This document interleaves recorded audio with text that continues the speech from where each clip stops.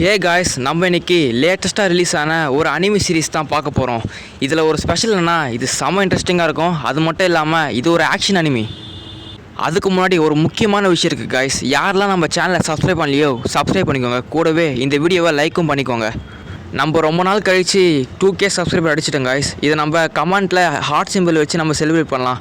கூடவே நம்ம 1 million reach அடிக்க உங்களோட உதவி கண்டிப்பாக தேவைப்படுது காய்ஸ். கொஞ்சம் சீக்கிரமாக சப்ஸ்கிரைப் பண்ணி 1 மில்லியன் அடிக்க வைங்க. சரி, நம்ம இப்போ பார்க்க போகிற அனிமியோட பேர் பிளாக் டார்ச். இந்த எபிசோட் ஸ்டார்டிங்கில் மறுபடியும் அந்த ஸ்கூலில் என்ன பசங்க போட்டு அடிச்சிட்டாங்க. நான் என்ன தான் பண்ணுறது? என் உடம்பு ஃபுல்லாக மண் கரையாகிடுச்சுனாச்சு. என்னை அவங்க அடிச்சதுக்கு காரணம் நான் எல்லாரோடும் பார்க்கும்போது வினோதமான ஆளாக இருக்கேன்னு சொல்கிறாங்க. நான் மற்றவங்களோட டிஃப்ரெண்ட்டாக இருக்கிறது என்னோட தப்பா? நான் எதுக்கு இந்த மாதிரி இருக்கணும்? லெஃப்ட் சைடில் ஒரு பையன் அழுதுகிட்டு இருக்கான். ஏன்னா அவனை ஸ்கூலில் போட்டு மற்ற பசங்க அடிச்சிட்டாங்களாம்மா. ஏன்னா அவன் டிஃப்ரெண்ட்டாக இருக்கான்னு சொல்லி மற்ற பசங்களை அடிக்க ஆரம்பிச்சிட்டாங்க.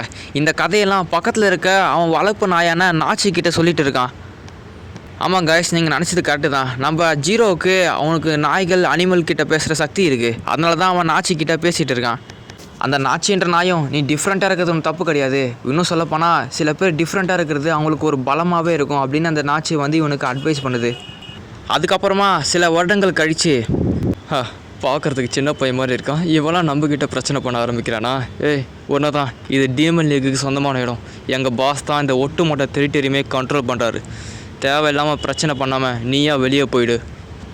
அதை மீறி எதாவது பண்ண பார்த்தனா வாங்கி கட்டிக்கிட்டு தான் வெளியே போவேன். என்ன புரிஞ்சுதா உனக்கு? இன்னும் கொஞ்ச நேரத்தில் தெரிஞ்சிட போகுது யார் இந்த இடத்த விட்டு வெளியே போக போகிறாங்கன்னு. அதுவும் நான் தான் அவங்க எல்லாருமே இந்த இடத்த விட்டு அடித்து விரட்ட போகிறேன். என்னோட கொஞ்சம் விட்டால் ஓவராக பேசுகிற நீ. இந்த வாங்கிக்க என்னோட அடிய. ஓ நோ, எங்கே போனா? உன்னோட கோட் மட்டும்தான் இருக்குது. அவனை ஆளை காணோம். அதுக்குள்ளே எங்கே போனா? நான் தான் சொன்னல, நீங்கள் தான் இந்த இடத்த விட்டு வெளியே போக போகிறீங்கன்னு. ஓடி போங்கடா பயந்தாங்கோலிங்களா. அந்த கேங் பசங்க எல்லாருமே பயந்து ஓடி போன பிறகு இந்த இடத்துல இருக்க பூனையும் காகமும் நம்ம ஜீரோவுக்கு நன்றி சொல்லுதுங்க. ஏன்னா அந்த பசங்க இந்த ஏரியா முழுக்க இருக்க எல்லாருக்குமே வந்து பிரச்சனை கொடுத்துக்கிட்டே இருப்பாங்களாமா. முன்னாடியே சொல்ல மறந்துட்டேன் காய்ஸ். வருஷங்கள் போனதுனால நம்ம ஜீரோ நல்லா வளர்ந்துட்டான். இவனுக்கு விலங்குகிட்ட ஃப்ளூயண்ட்டாக பேசுகிற சக்தி இருக்குது. அதுக்கப்புறமா நம்ம ஹீரோ வீட்டுக்கு வரான். இங்கே அவனோட தாத்தா வந்து நிஞ்சா ஸ்கில்ஸை வந்து நம்ம ஜீரோவுக்கு சொல்லி தந்துட்டுருக்காரு. நம்ம ஜீரோவோட ஃபேமிலி பேர் வந்து அசுமி. அதனாலே வந்து நிஞ்சா கலைகளை ஜெனரேஷனாக வந்து சொல்லி தந்துக்கிட்டே இருக்காங்க. ஆனால் நம்ம ஹீரோக்கு இது மேலே இன்ட்ரெஸ்ட் இல்லை. அப்போ தான் அவனோட தாத்தா, டே பேராண்டி இங்கே பாடுறா, இந்த கத்தி இருக்குல்ல, இதுதான் வந்து நம்ம ஷினோபி நம்ம குடும்பத்துக்காக குத்துது. இது ரொம்பவுமே பெருமை மிக்க ஒரு கத்திடா. அது மட்டும் இல்லாமல் இதுக்கு பெரிய ஒரு வரலாறே இருக்குது. நீ தான் நம்ம அசுமி குடும்பத்தோட மானத்தையே காப்பாற்றணும், மறந்துடாதடா அப்படின்னு சொல்கிறாரு. அப்போ அந்த இடத்துக்கு இந்த காக்கா வந்து நம்ம ஜீரோ கிட்ட என்ன சொல்லுதுன்னா, ஜீரோ பக்கத்தில் இருக்க காட்டுக்கு நீ கண்டிப்பாக வந்தே ஆகணும். அங்கே ஒரு பூனை அடிப்பட்ட நிலைமையில இருக்குது அப்படின்னு சொல்லுது இந்த காக்கா. வேகமாக அந்த காட்டுக்குள்ளே போய் பார்த்தா அங்கே கருப்பு நிறத்தில் ஒரு பூனை அடிபட்டு இருக்குது.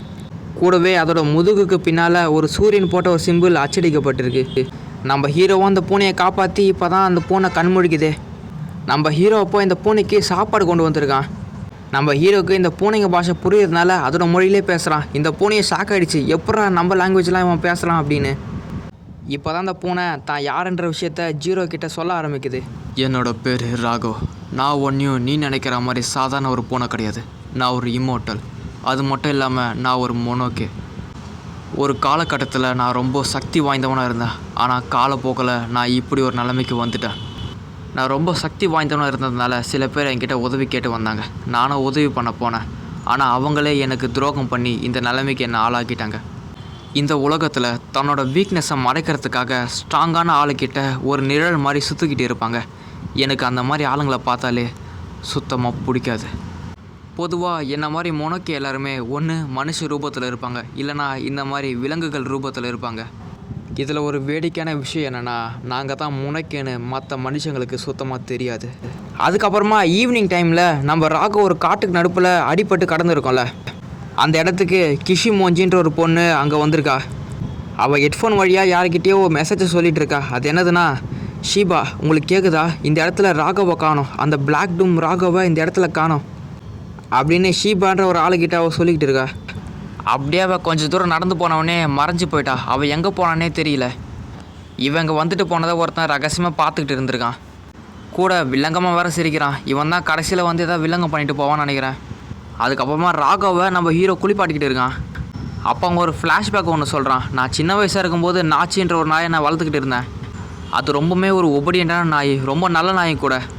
நான் ஸ்கூல் படிக்கும்போது என் கூட படிக்கிற ஃப்ரெண்ட்ஸ்லாம் என்ன பொரட்டி பொரட்டி அடிப்பானுங்க, ஏன் ஸ்மாக் கூட போடுவானுங்க. மறுபடியும் நான் வீட்டுக்கு வரும்போது மந்தூசி பட்ட அழுக்கு சட்டையோட தான் நான் அழுதுகிட்டே வீட்டுக்கு வருவேன். அப்போ நான் நாச்சியை குளிப்பாட்டும் போது அந்த நாய் என்கிட்ட ஒன்று சொல்லும், ஜீரோ நீ என்னை குளிப்பாட்டும் போது உன்னோட சோகம் கவலை எல்லாமே இந்த தண்ணி மாதிரி கரைஞ்சி போயிடும் அப்படி சொல்லி அந்த ஆச்சி என்னை ஆறுதல் படுத்தும். அப்படி சொல்லிவிட்டு அவன் தூங்க போயிட்டான். ஆனால் அந்த ராகவ் பூனை தூங்காமல் இது இந்த இடத்த விட்டு எஸ்கேப் ஆக பார்க்குது. இங்கே பார்ப்பா ஜீரோ, நீ என்ன தான் எனக்கு உதவி பண்ணியிருக்கலாம், ஆனால் நான் வேறு உலகத்தை சேர்ந்துவேன், உனக்கு எனக்கும் செட் ஆகாது, தேவையில்லாத பிரச்சனை தான் வரும். நான் இந்த இடத்த விட்டு கிளம்பி போகிறது தான் சரின்னு எனக்கு படுது, நான் உன்னை அப்புறம் பார்க்குறேன். அப்புறமா டப்புன்னு நம்ம ஹீரோ அப்படியே கீழே குச்சிட்டான். ஒரு செகண்டு ராகாவே அப்படியே ஷாக் ஆகிட்டான். அப்போ தான் ராகவ் என்ன சொல்கிறான்னா, இங்கே பாரு, என்னை ஒழுங்கு மரியாதை என்னை ஃப்ரீயாக விட்டுடு, நான் இந்த உலகத்தை சேர்ந்தவனே கிடையாது, நீ மனுஷன், நான் ஒரு மொனாக்கே, அது மட்டும் இல்லாமல் நான் மனுஷங்களை சாப்பிட்றவன், நீ அதே இடத்துல விட்டால் கூட நான் செத்துருப்பேன், நீ தானே தேவையில்லாமல் என்னை காப்பாற்றிட்ட, இதுக்கு மேலே என்னை ஃப்ரீயாக விட்டுடு அப்படின்னு ஜீரோ கிட்ட சொல்லிக்கிட்டு இருக்கான். அப்போ இந்த இடத்துக்கு சம்மந்தமே இல்லாமல் ஒரு ஆள் வந்திருக்கான். இவன் வேறு யாரும் கிடையாது, அந்த காட்டில் மறைஞ்சிருந்து பார்த்தான்ல அவனே தான். இது நம்ம ராகவை பிடிச்சிட்டு போகிறதுக்காக தான் இவன் இங்கே வந்திருக்கான். இது வரைக்கும் இவனை மனுஷன் நினச்சிட்டு இருந்தா அது கிடையாது, ஏன்னா அவன் திடீர்னு ஒரு மாஸ்டராக மாதிரி ஜீரோ அது மட்டும் இல்லாமல் ராகவ் 2 பேருமே அட்டாக் பண்ணுறான். அப்போ நம்ம ஹீரோவை தள்ளி விட்டுட்டு ராகவ் மட்டும் இந்த இடத்த விட்டு எஸ்கேப் ஆகிட்டான்.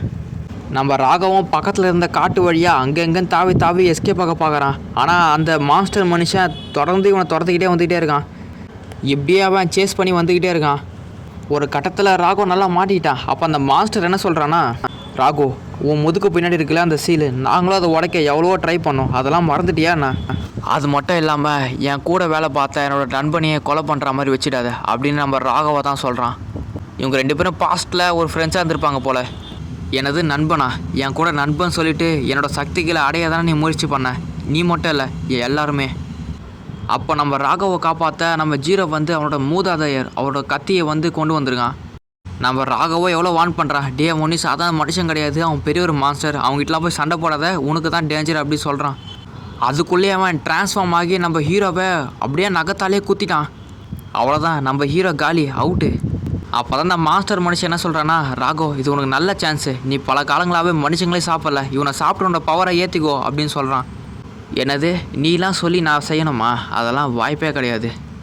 அது மட்டும் இல்லாமல் நான் ஆபத்தில் இருக்கும்போது இவன் எனக்கு நிறையவே உதவி பண்ணியிருக்கான், அதுவும் எதுவுமே எதிர்பார்க்காம. அதுக்கப்புறமா நம்ம ஹீரோவும் ராகவும் மெர்ச்சாகி நம்ம ஹீரோவுக்கு உயிர் வந்துடுச்சு.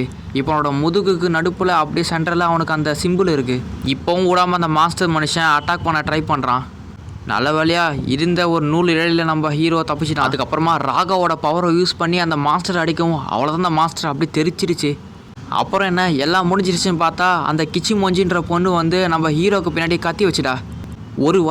ஒரே ஒரு வார்த்தை பேசினேன், அவ்வளோதான், உள்ளே இறக்கிடுவேன், அமைதியாக இருக்கணும் அப்படின்னு சொல்கிறா.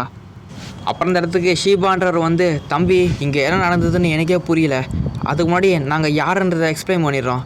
நாங்கள் தான் பியூரோ ஆஃப் உளவுத்துறை, நாங்கள் வேறு யாரும் கிடையாது, கவர்மெண்ட் கீழே தான் வேலை செஞ்சிட்ருக்கோம், நாங்கள் சாதாரண ஒரு கவர்மெண்ட் ஸ்டாஃப் தான். அப்படி அவர் சொல்லவும் மறைஞ்சிருந்த சோல்ஜர்லாம் அப்படியே கண்ணுக்கு முன்னாடி விசிபிளாக வராங்க. நாங்கள் உன்னை எங்களோட கஸ்டடியில் எடுக்க போகிறோம், நீங்கள் அங்கே கூட ஆகணும் அப்படின்னு அவர் சொல்கிறாரு. நம்ம ஹீரோவும் இல்லை அதெல்லாம் முடியாது அப்படின்னு சொல்ல வருவோம். அப்போ நம்ம ஹீரோவுக்கு பின்னாடி இருந்த பொண்ணு தலைமலை அடித்து நம்ம ஹீரோவை மயக்கம் போட வச்சுட்டா. சரி ஓகே காய்ஸ், இதோட இந்த எபிசோட் முடியுது. உங்களோட வேறு ஒரு எபிசோடில் பார்க்குறேன். அது வரைக்கும் பாய். சப்ஸ்கிரைப் பண்ணாதவங்க சப்ஸ்கிரைப் பண்ணிக்கோங்க, லைக் பண்ணாதவங்க லைக் பண்ணிக்கோங்க.